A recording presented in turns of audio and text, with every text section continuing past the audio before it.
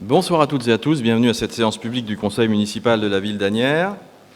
La séance est donc ouverte. Afin qu'elle ne soit pas perturbée, je vous remercie de bien vouloir mettre en veille vos portables ou en mode silencieux, enfin du moment que ça ne sonne pas. Concernant les questions orales, à titre liminaire, je vous informe avoir été donc destinataire d'une question orale qui sera évoquée en fin de séance. Pour rappel, et conformément donc au règlement, les questions orales doivent être posées telles qu'elles ont été transmises et les réponses qui y sont apportées ne donnent pas lieu à débat ni à vote. Nous passons maintenant au chapitre nomination du secrétaire de séance. Si vous en êtes d'accord, je propose à M. Hugo Huette d'assurer cette fonction. Tout le monde est d'accord? Il en est ainsi décidé. Monsieur Huette, vous pouvez donc procéder à l'appel nominal. Monsieur Manuel Achliman. Présent. Monsieur André Mancipose. Madame Angelina Bourdier-Charef. Monsieur Thomas Lam. Madame Josiane Fischer. Monsieur Guillaume Mar. Madame Caroline Carmentran. Monsieur Frédéric Sidbon, excusez pour voir Monsieur Mancipose. Monsieur Thierry Sellier. Madame Julie Casaban. Monsieur Thierry Michel Isoard. Madame Sylvie Ménard. Monsieur Thierry Legac. Madame Rita Chriki-Mangeot. Monsieur Cyril Reclus. Madame Marie-Christine Saradjian. Monsieur Thomas Doublic. Madame Barbara Trottenard, excusez pour voir Monsieur Reclus. Monsieur Frédéric Couvercel. Madame Clotilde Dubois. Madame Marie-Hélène Bonneau. Monsieur Christophe Guillaume-Noël. Madame Emmanuela Dupont. Madame Cécile Deloy, excusez pour voir Madame Sivac. Monsieur Hugo Huette présent. Madame Lise Fagna. Présente. Madame Valérie Letiers. Madame Mera Hall. Madame Sabrina Asseli. Monsieur Philippe Garrigue. Madame Isabelle Kaplan. Monsieur Armand Coury, excusez pour voir Madame Bourdier-Charef. Monsieur Arthur Coste. Monsieur Antoine Depince, excusez pour voir Madame Ménard. Madame Florence Sivac. Monsieur Hugues Boulard. Madame Danielle Guettet, excusez pour voir Madame Chriki-Mangeot. Monsieur Daniel Nemarque. Madame Aminata Cissé. Monsieur Nicolas Auneveux. Monsieur Marc Sonnet. Monsieur Guillaume Fakir. Madame Nicole Piasecki. Madame Sandrine Picard-Marcovecchio. Monsieur François Tronchon. Madame Frédéric Auvray. Monsieur Sunjata Boy. Monsieur Laurent Guillard. Madame Francesca Paschini. Monsieur Thomas Bury. Monsieur Romain Géanin. Madame Hélène Ravier. Madame Fariza Hamar. Très bien, merci. Le quorum est atteint. La séance peut donc se tenir. Nous allons passer tout de suite au chapitre approbation du procès-verbal. Et donc, il s'agit du procès-verbal du Conseil municipal du 25 avril 2024. Le projet vous a été communiqué par courriel et nous avons reçu une demande de rectification qui a été intégrée. Quelqu'un souhaite-t-il intervenir sur ce PV? Madame Picard. Juste pour être sûr, si c'est ma demande de modification qui a été intégrée. Tout à fait. Merci beaucoup. Merci.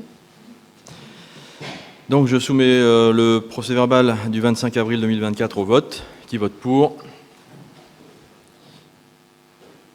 Qui s'abstient? Qui vote contre? Adopté à l'unanimité. Je vous remercie. Nous poursuivons la présentation des points et je donne maintenant la parole à Monsieur Philippe Garrigue pour la partie commande publique et communication de la liste des décisions. Monsieur Garrigue, vous êtes le bienvenu et nous vous écoutons.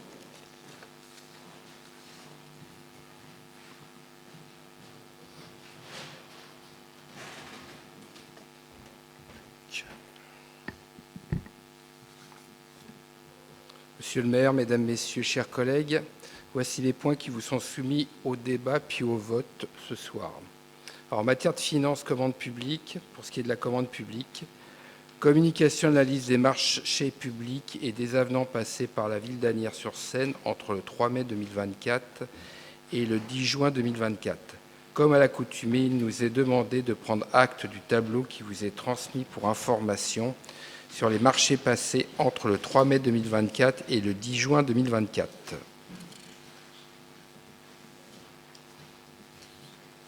Donc, communication de la liste des décisions du maire. Liste des décisions du maire prises en application de l'article L. 2122-22 et communiquées en application de l'article L. 2122-23 du Code général des collectivités territoriales.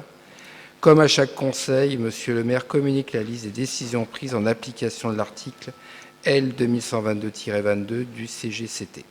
Il nous est donc demandé de prendre acte de la communication de ces décisions figurant dans nos dossiers. Merci pour ce bel esprit de synthèse. Alors, est-ce que vous avez des questions, des interventions? Sinon, on va passer au vote. Oui, Monsieur Gênes. Oui, bonsoir à toutes et tous. Juste une petite réaction s'agissant d'une des décisions que vous avez prises, Monsieur Echtiman, qui est la décision numéro 2407, qui revient à acter une augmentation du tarif de location des salles. Il n'y aura pas de vote, puisque c'est une décision du maire, donc logiquement le conseil municipal n'est pas amené à se prononcer, mais je voulais simplement vous indiquer que si vote il y avait eu, nous aurions voté contre dans la mesure où nous regrettons cette augmentation du tarif de location qui pèsera sur un certain nombre d'associations et peut-être donc d'Agnéroises et d'Agnérois. Bon, on a bien compris que vous êtes pour les dépenses et pas pour les recettes, mais bon, ça c'est un grand classique de nos discussions. À un moment, je vais laisser la parole à Julie et on ne va pas ouvrir de débat là-dessus, mais bon, c'est vrai aussi que les salles municipales sont très abordables et qu'il y a aussi une nécessité de pouvoir assurer derrière des travaux, des mises en conformité, etc., etc. Et que donc c'est aussi une participation et ça reste très symbolique. Julie Casabon, maire adjoint. Oui, c'est juste une précision. Pour rappeler qu'en fait, toute association agnéroise qui est domiciliée à Agnières, en fait, bénéficie de la mise à disposition des salles à titre gracieux. Donc, si ça devait pénaliser des associations, ça serait certainement pas celles qui sont domiciliées à Agnières, du coup. C'était juste pour préciser. Voilà. Bonne soirée. Merci. Alors, on va passer au vote maintenant, si vous voulez bien. Donc, sur la commande publique, sur la liste des marchés publics, il s'agit simplement de prendre acte. Donc, qui prend acte que la liste a été présentée? Tout le monde à l'unanimité, je vous remercie. Sur les communications des décisions, là aussi, qui prend acte de cette communication? À l'unanimité, je vous remercie. Nous passons maintenant au chapitre Habitat et Voirie et nous invitons notre rapporteur, M. Philippe Garrigue, à reprendre la parole. Tout d'abord, approbation de convention portant réservation d'un flux annuel de logements locatifs sociaux avec Erilia, Hauts-de-Seine Habitat, ICF Habitat, Immobilière 3F.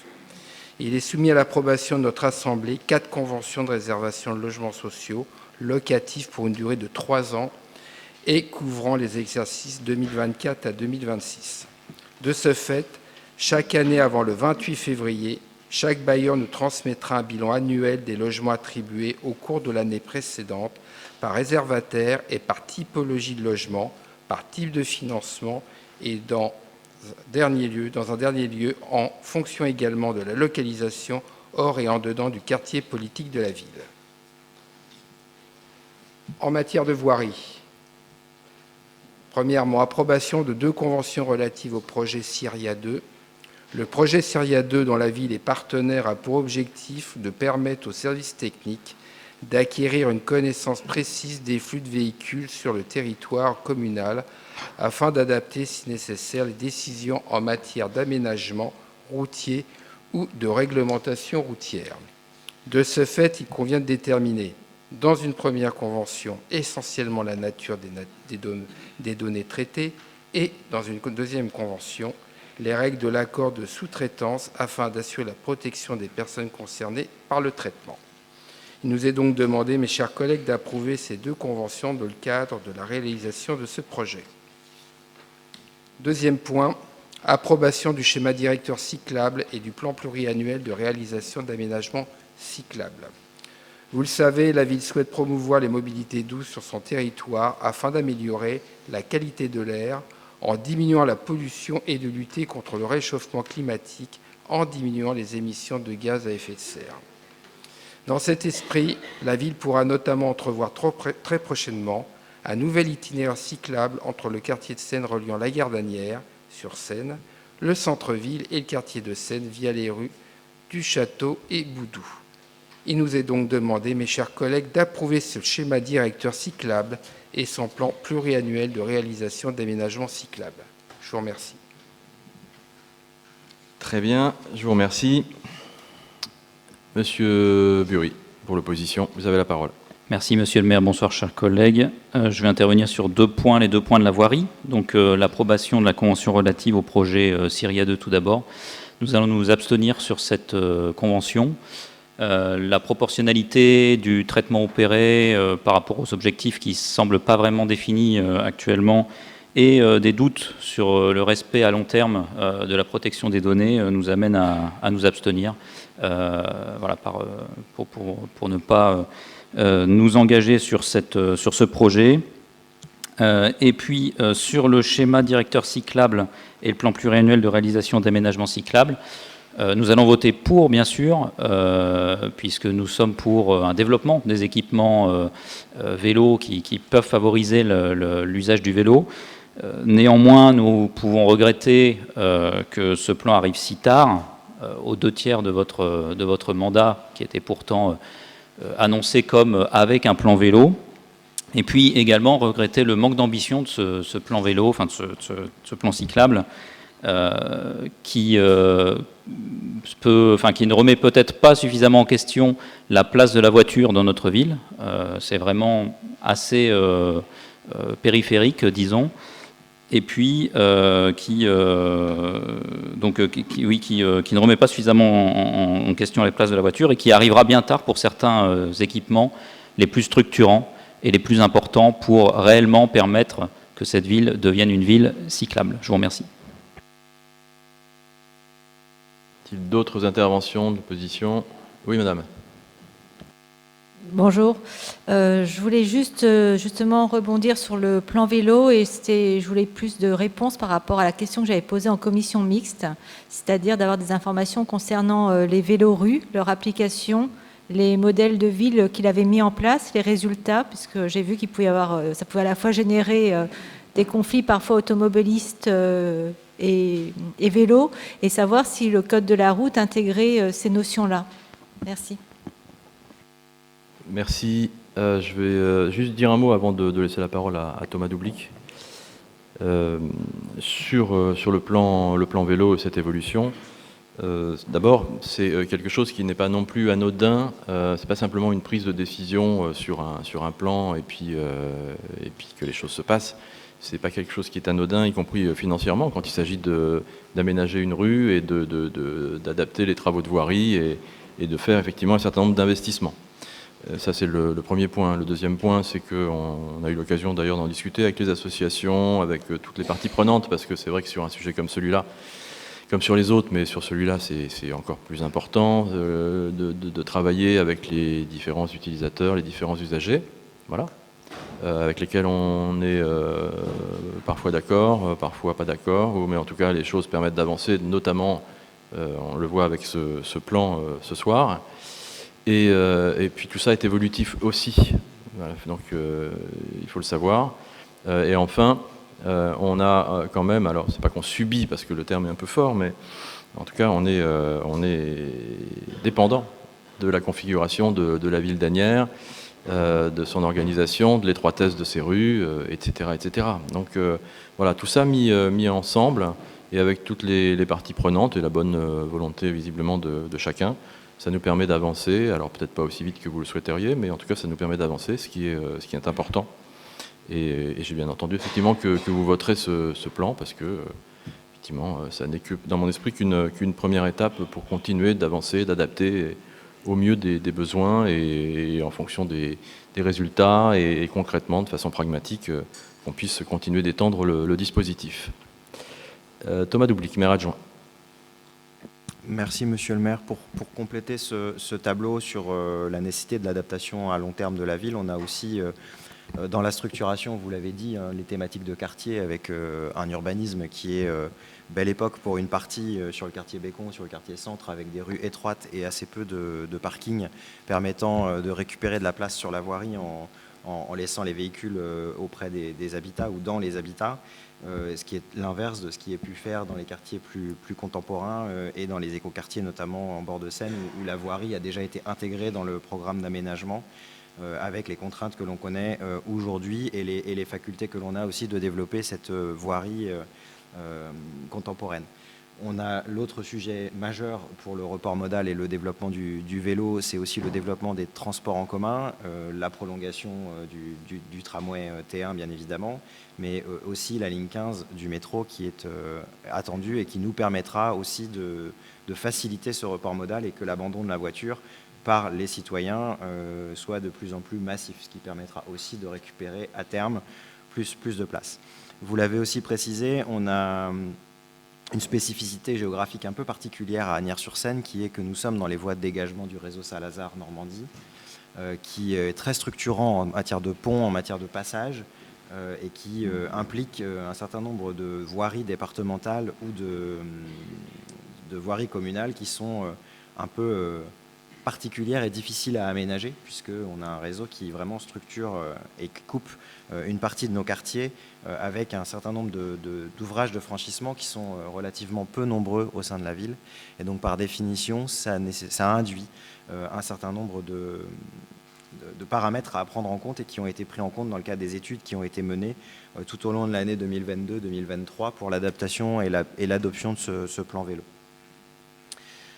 Ça a permis aussi d'échanger et de challenger les assistances à maîtrise d'ouvrage que l'on avait, notamment sur la thématique de Vélorue, et ça va me permettre de vous répondre, Madame Auffray, sur cette thématique. Donc la Vélorue, c'est quelque chose qui nous permet en fait de placer le vélo en mobilité centrale sur la voirie, vraiment sur le fil de conduite. Et donc d'apaiser la circulation en faisant en sorte que ce soit le vélo qui fixe la vitesse de circulation dans ces rues. L'objectif est bien d'être sur des voiries secondaires, pas sur des voiries de type départemental où le vélo est plus sur des bandes cyclables ou des pistes cyclables lorsque cela est faisable.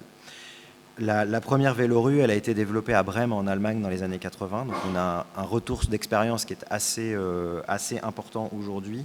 Et l'exemple sans doute le plus poussé que l'on connaisse aujourd'hui en France, c'est Strasbourg, où on a un certain nombre de vélorues qui sont en exploitation depuis notamment la mise en place du tramway dès les années 90.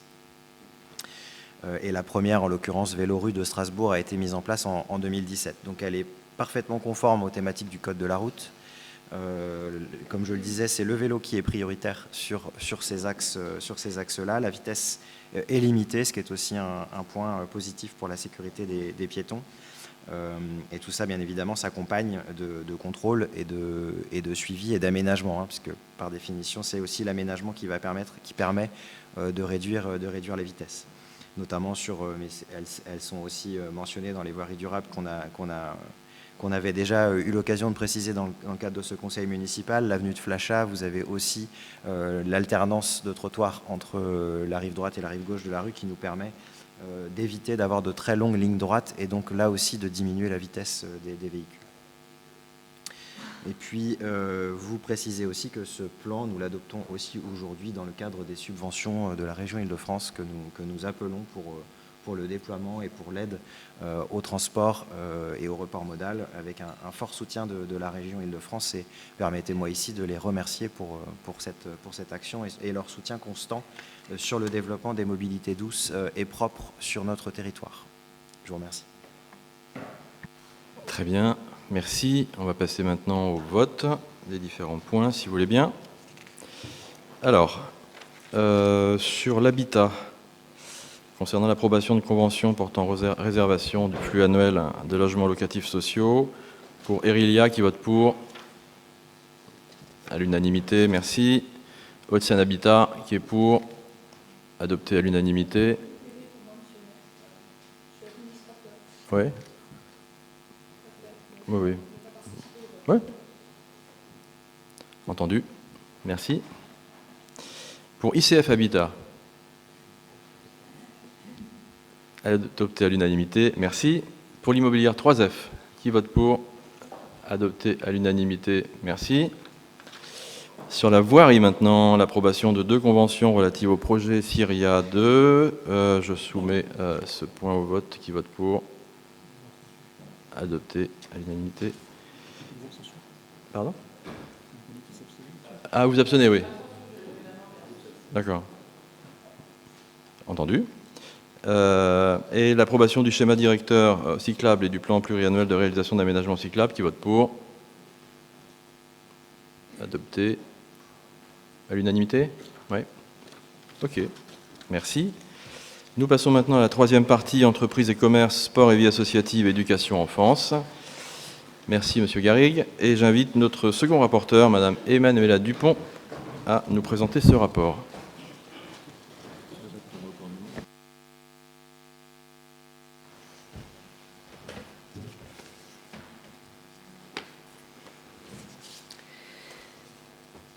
Mes chers collègues, bonsoir. Notre Assemblée ce soir doit se prononcer sur l'approbation du cahier des charges de rétrocession d'un fonds de commerce qui est situé aux 4 rue Maurice Bokanowski.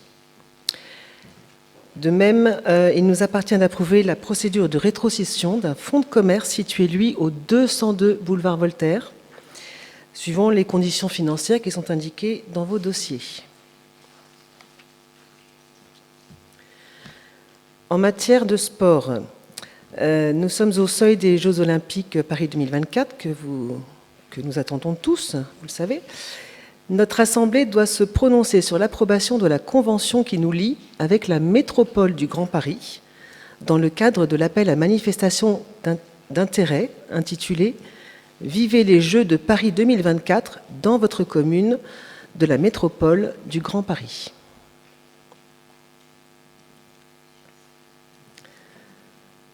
En matière d'éducation et d'enfance, à la rentrée de septembre 2024, il y aura un nouveau groupe scolaire avec son accueil de loisirs dans le quartier de Seine-Ouest. Ce sera situé au 1-5 Allée du Roi. Vous êtes donc appelés, mes chers collègues, à donner à ce nouvel ensemble scolaire le nom de l'astronaute, première femme française à être allée dans l'espace, Claudie Aigneret.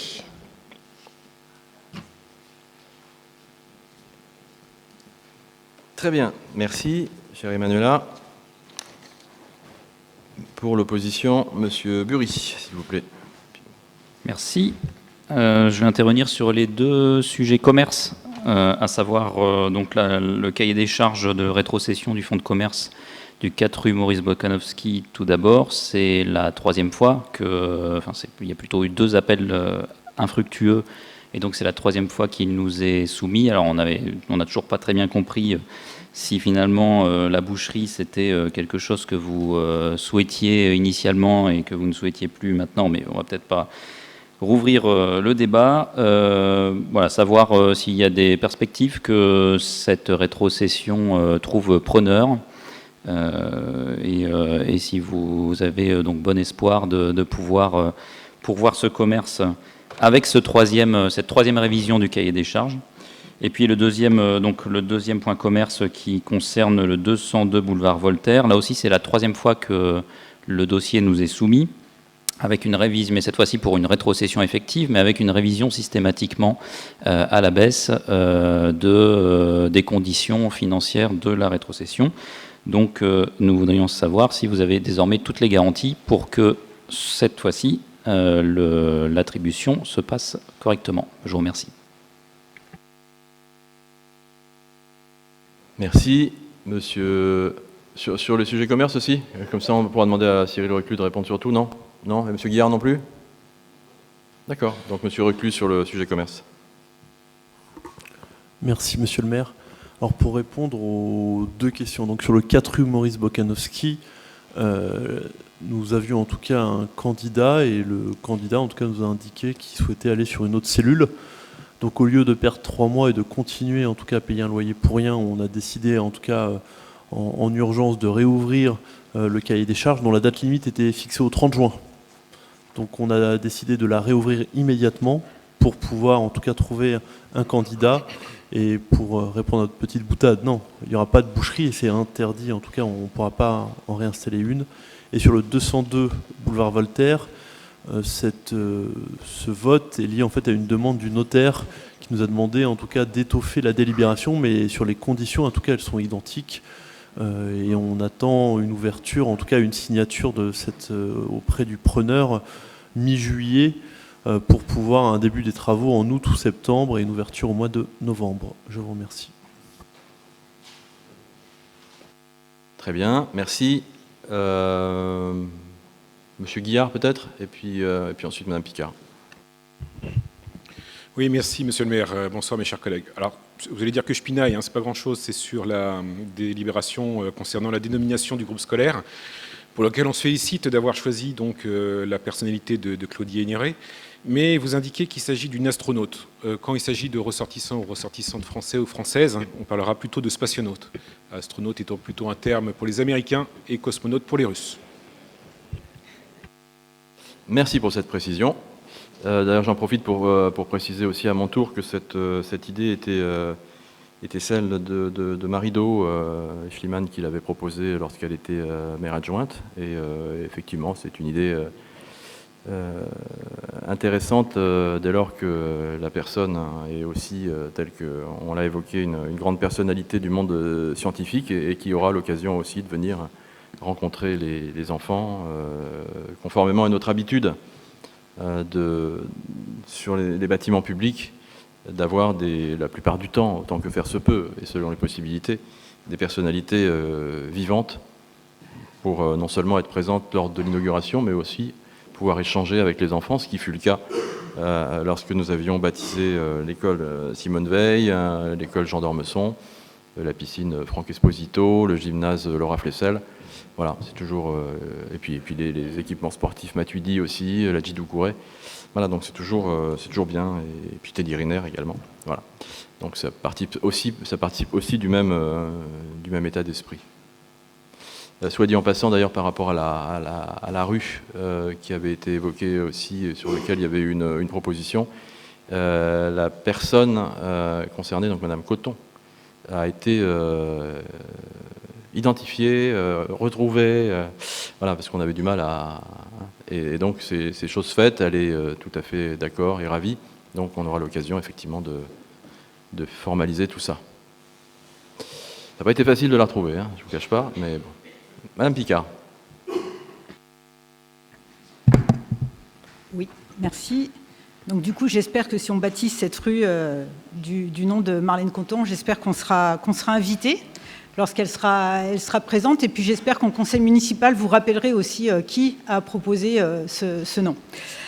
Voilà. Sinon, on est très content et effectivement, on va voter tout à fait favorablement pour le baptême au nom de Claudie Aigneret, puisque c'est une femme. Et on est intervenu assez régulièrement lors des conseils municipaux pour que soient associés effectivement à ces noms de baptême davantage de noms de femmes, puisqu'à Asnières, comme dans la plupart des villes de France, à Asnières ne fait pas exception, mais moins de 10% des noms de rues sont attribués et sont portés par des femmes, qui pourtant peuvent être objet effectivement d'inspiration. En commission mixte, et monsieur le maire, comme vous étiez absent en commission mixte, je me permets de refaire ma suggestion néanmoins pour une prochaine rue. Celle-ci, ça me paraissait très adapté puisque, comme vous l'avez dit, le groupe scolaire est Allée du Roi, et donc ce nom avait été donné en référence au jeu d'échecs. Et il se trouve qu'il y a une championne d'échecs, Mitra Ejazipour, qui est une surdouée des échecs et qui s'est réfugiée en France après s'être spectaculairement opposée au régime iranien. S'en est suivi une période difficile d'adaptation, loin des siens. En France, elle a été naturalisée française et repart à la conquête de sa place au sommet des championnats d'échecs. Donc je pense que vous serez sans doute intéressé par donner son nom prochainement à l'un de nos sites ou l'une de nos rues. Merci. Nous avions en effet suivi son parcours et effectivement ses prises de position. Voilà. Et c'est quelqu'un qui, par ailleurs, effectivement, a un niveau de jeu très, très élevé. Monsieur Géanin. Oui, merci. Toujours sur le sujet de la dénomination. Un mot d'abord pour vous indiquer ou vous confirmer plutôt que naturellement nous voterons pour cette délibération. Simplement, je voulais en profiter pour aborder deux questions qui me paraissent importantes en partant donc de cette délibération. Première question sur l'attribution de noms à un certain nombre de nos rues, de nos gymnases, de nos écoles. Je voulais revenir sur l'intervention que j'avais déjà faite en janvier ou en février, si mes souvenirs sont bons, pour saluer la mémoire de Roland Cléry, qui est un grand résistant de notre ville, qui, pour rappel, pour celles et ceux qui ne le savent pas, est quelqu'un qui s'est engagé dans la résistance à même pas 15 ans, qui a été opérateur radio, qui a été obligé d'aller à Londres, d'ailleurs, car il risquait d'être arrêté par les nazis, qui ensuite a été parachuté à 16 ans, à peine, en France, qui a fini ensuite comme engagé volontaire au sein de la première armée, et qui a d'ailleurs été le 36e plus jeune combattant volontaire de France. Je prends le temps de détailler ses états de service parce que je pense que ce monsieur a fait honneur à la France par ses engagements et a fait honneur à notre ville.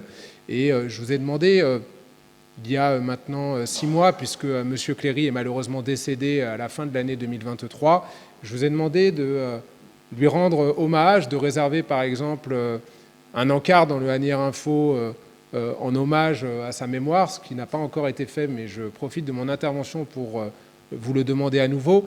Et je vous ai suggéré d'octroyer à un équipement public ou à une rue de notre ville le nom de ce monsieur, parce que je crois qu'encore une fois, c'est quelqu'un qui, on peut le reconnaître de manière transpartisane, a fait honneur par ses engagements, par sa vie, à notre ville, à la France. Je précise d'ailleurs qu'il était gaulliste, parce qu'on pourrait penser qu'étant de gauche, je loue les louanges de quelqu'un de gauche. Pas du tout, c'est un monsieur qui était gaulliste, qui a été adjoint d'un maire de droite d'ailleurs, à l'époque, qui a fini, je vous vois opiner du chef, monsieur Aeschlimann, je pense voir où vous voulez en venir. Peut-être que finalement c'est ce que vous lui reprochez, et qui a fini par soutenir Sébastien Pietrasanta, c'est vrai, en 2014. Mais je pense que... Alors, mesdames et messieurs les élus de la majorité, on parle d'un résistant qui est décédé à la fin de l'année 2023. C'est pas très drôle, ce que je suis en train de dire. Donc je ne sais pas pourquoi vous rigolez soudainement comme ça. Mais donc je conclus mon propos sans être interrompu si possible, pour vous dire que peu importe finalement que ce monsieur ait été maire adjoint d'un maire de droite, peu importe qu'il ait soutenu ensuite Sébastien Pietrasanta en 2014, ce qui compte, c'est son engagement que nous pouvons toutes et tous saluer ici. Et donc je voulais profiter de cette délibération pour vous demander, pour vous suggérer à nouveau de penser à octroyer son nom à un équipement public ou à une rue de notre ville, parce que ça me semble être important. Ça fait partie du devoir de mémoire que nous avons toutes et tous, les élus, de rendre hommage justement à nos grandes femmes, à nos grands hommes. Et en l'occurrence, M. Cléry était agnérois. Je m'arrête peut-être là, sauf si vous voulez que j'enchaîne sur le second sujet. Juste un petit mot là-dessus. J'ai chargé Thierry Legac, donc effectivement, de trouver une opportunité pour honorer le nom de M. Cléry. D'une part, sur le reste, sur ses engagements, effectivement, vous les avez rappelés. Ensuite, bon, vous avez cru bon de préciser qu'il avait été un des soutiens de M. Pietrasanta, ce qui est tout à fait son droit. Il m'avait d'ailleurs fait savoir, après notre élection à nous, qu'il regrettait ce soutien. Voilà, bon, voilà, donc quand il m'avait expliqué qu'il regrettait le soutien apporté à M. Pietrasanta, je lui avais dit qu'il était libre de l'avoir soutenu ou pas. Vous savez, c'est comme ça, les gens, un jour ils soutiennent, et puis un jour ils peuvent changer d'avis. Bon, c'est comme ça, on lui en veut pas, et ça ne remet pas en cause son passé de résistant. Donc naturellement, effectivement, j'ai demandé à Thierry Legac de pouvoir avancer sur le sujet. Autre sujet, monsieur Jeannin. Oui, non, mais juste pour vous dire, moi, ce n'est pas forcément les retours qu'il me faisait, mais peu importe, je ne ferai pas parler les personnes décédées pour ma part. Je passe donc au deuxième sujet, qui concerne toujours l'éducation. pour le coup. Je voulais relayer une alerte qui m'a été adressée par 2 canaux différents qui concerne l'école maternelle du Ménil. Donc je pense que vous voyez de quoi je veux vous parler. En l'occurrence, des parents d'élèves m'informent qu'ils ont été alertés, que certains parents d'élèves en tout cas ont été alertés lors du conseil d'école de la maternelle Jules Ferry-Ménil, que des travaux importants devaient être réalisés au cours de l'été, car il leur a été précisé que des prélèvements auraient détecté la présence d'amiante. Ces parents qui vous ont écrit manifestement, en tout cas on m'a envoyé un mail qui était destiné à Guillaume Mar, maire adjoint à l'éducation, et puis à votre cabinet, Monsieur Echtliman. Donc vous avez dû recevoir ce mail, je pense que vous voyez de quoi je parle. Il me semble que ces parents vous ont demandé d'avoir accès aux résultats des 10 prélèvements ou à ce qu'on appelle le dossier technique amiante qui retrace un peu le diagnostic, grosso modo, de la présence ou pas d'amiante dans l'école. Donc je voulais relayer leurs préoccupations, la préoccupation en tout cas de certains d'entre eux qui m'ont alerté car ils n'avaient pas reçu de réponse de votre part. D'abord pour vous demander de leur répondre parce que c'est quand même un sujet qui est préoccupant.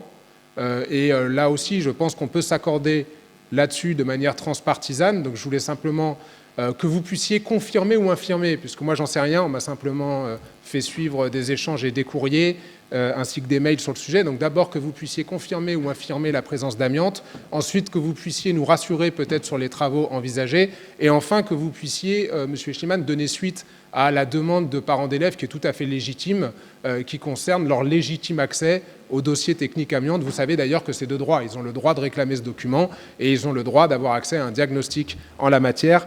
Et donc j'aimerais, si possible, que vous puissiez y donner suite parce que ça me paraît tout à fait légitime comme demande dans la mesure où lorsqu'on apprend une nouvelle comme celle-là, vous l'imaginez bien, et qu'on a des enfants qui sont scolarisés au sein de l'école, nécessairement on est un petit peu inquiet et on a besoin à minima d'être assuré et de manière générale d'être entendu et écouté. Donc je voulais relayer leur demande et que vous puissiez d'abord leur répondre, ensuite satisfaire ces demandes et éventuellement, je l'espère, nous rassurer parce que j'ai moi-même été un petit peu inquiet quand j'ai découvert ça hier soir.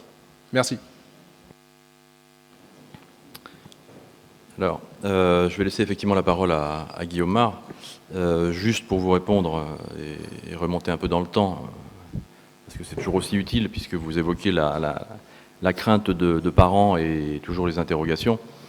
Je rappellerai simplement qu'effectivement, on a déjà vécu une situation pareille quand on a été élu en 2014 et qu'on a appris le jour de l'élection qu'une école que vos équipes, pas vous personnellement, mais l'équipe dont vous faisiez partie, et qui était dirigée par M. Pietrasanta, avait inauguré en toute rapidité quelques temps avant l'élection municipale, donc une école dont il s'avérait qu'elle était visiblement polluée et gravement polluée.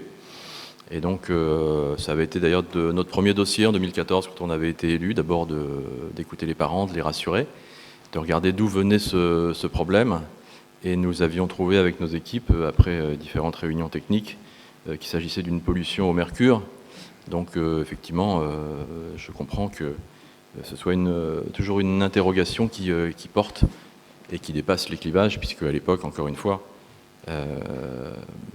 ces travaux avaient été réalisés durant votre mandat, mais il était important qu'on puisse y trouver une solution, évidemment sans se renvoyer la faute, et donc on avait pu la trouver pour la meilleure santé des enfants qui avaient pu réintégrer l'école ensuite. Sur ce sujet précisément, Guillaume Mar, maire adjoint donc, à l'éducation. Merci Monsieur le maire, merci Monsieur Jeannin de porter ce sujet au conseil municipal. J'ai bien reçu le mail et même la relance ce matin où j'ai répondu que je ferai une réponse détaillée plutôt dans les prochains jours sur l'école Ménil. Je vais vous répondre plutôt d'une manière globale sur les écoles. Donc les mesures d'empoussièrement ont été faites dans les 19 écoles concernées, donc qui ont été construites après 1997, là où l'amiante a été interdite. Donc il y a toujours des mesures faites par l'APAV, notre certificateur qui intervient régulièrement. Toutes les écoles sont conformes à la réglementation d'empoussièrement, donc il y a eu vraiment des mesures qui ont été faites conformément à la réglementation sur toutes ces écoles. Les rapports montrent dans certaines écoles des recommandations plus ou moins urgentes. Aucune ne demande des travaux d'urgence. Donc ça, je peux vous rassurer et rassurer les parents sur ce point-là. Et là où il y a des recommandations, on a inclus ces travaux progressivement dans le plan pluriannuel d'investissement, dont fait partie bien sûr l'école Ménil, où il peut y avoir à certains endroits de l'amiante cachée, confinée. Donc les enfants ne sont pas en contact direct avec ces points sensibles, donc conformément au rapport, qui préconise des travaux plutôt long terme, mais on va le faire bien sûr cet été. Voilà. Ok, on va passer à la suite maintenant. Y a-t-il d'autres intervenants? Non, on va pas faire un débat sur ce sujet. Il a été répondu par Monsieur Mar. Non, on va pas faire un débat. Allez, alors allez-y, mais on va pas. Allez-y.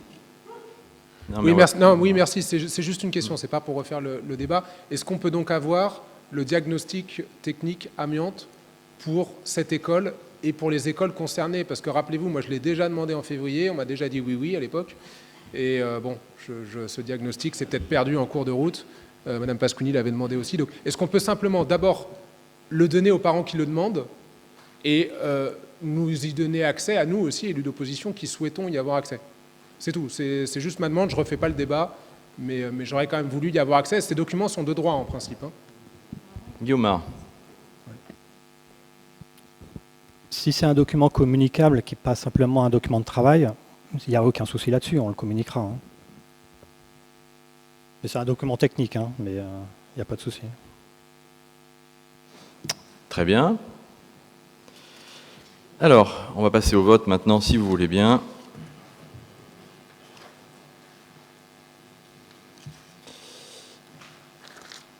Sur le chapitre entreprise et commerce, donc l'approbation du cahier des charges pour la rétrocession du fonds de commerce aux 4 rue Bokanowski, qui vote pour.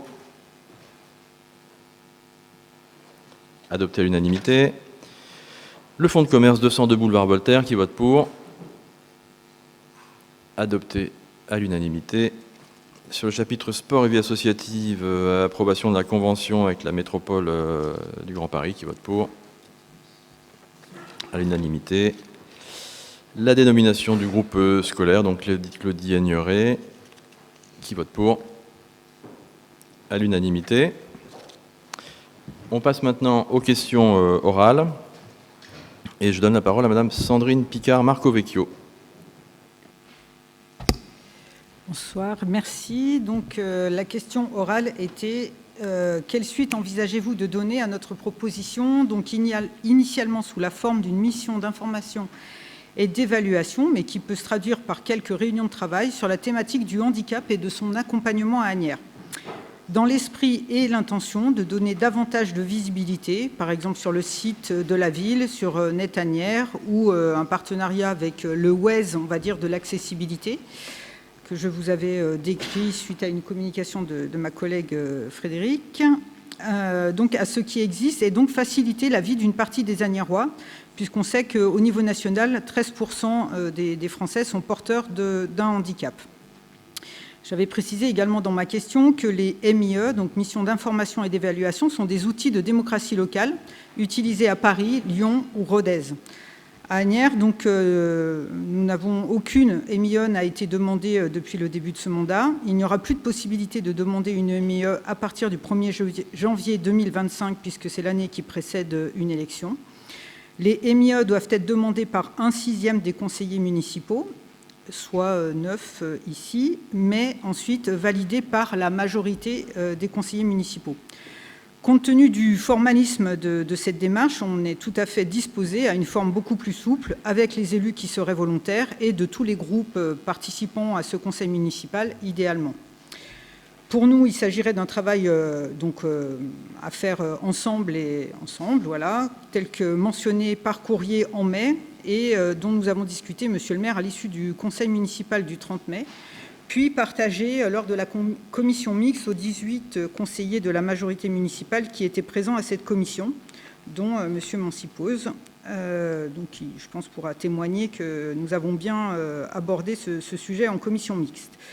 À ce jour, aucune date de rendez-vous ne nous a été proposée, mais donc on est toujours tout à fait disponible pour organiser au moins une première réunion, si c'est la formule qui vous convient et qui nous conviendrait également.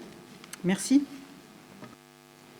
Merci madame. Donc comme on s'en était parlé à l'issue du dernier conseil municipal, je vous avais proposé, d'ailleurs je vous laisse encore le choix évidemment, parce que c'est vous qui décidez, soit que nous fassions une réunion de travail avec Angelina, ses services, vous-même, voilà, pour traiter du sujet, soit que vous formalisiez une demande pour cette commission, comme vous le voulez. Mais c'est vrai qu'entre-temps, on a été un peu submergé par l'actualité électorale, qui était un peu particulière et surtout inattendue. Mais dès lors que les choses reviennent à la normale, il n'y a pas de souci. Si vous préférez cette solution du groupe de travail pour échanger, ça sera sans doute plus simple et plus rapide. Madame Picard, vous avez le micro. Oui, donc comme proposé dans notre question, nous on est ouvert à plutôt une formule rendez-vous qui nous paraît... Oui, c'est ça. Prenez une date avec Angelina, il n'y a pas de souci. Qui nous paraît plus souple. D'accord. Ok, merci. Je vous en prie. Alors, avant que tout le monde ne parte, je vous communique la date du prochain conseil, mais enfin, avec 3 points d'interrogation, là, visiblement, donc les choses ne sont pas encore bien définies. Ce serait le jeudi 3 octobre à 19h, mais enfin bon, donc sous toute réserve, ça peut changer, en fonction de l'ordre du jour, on a parfois des points urgents à passer, vous le savez bien.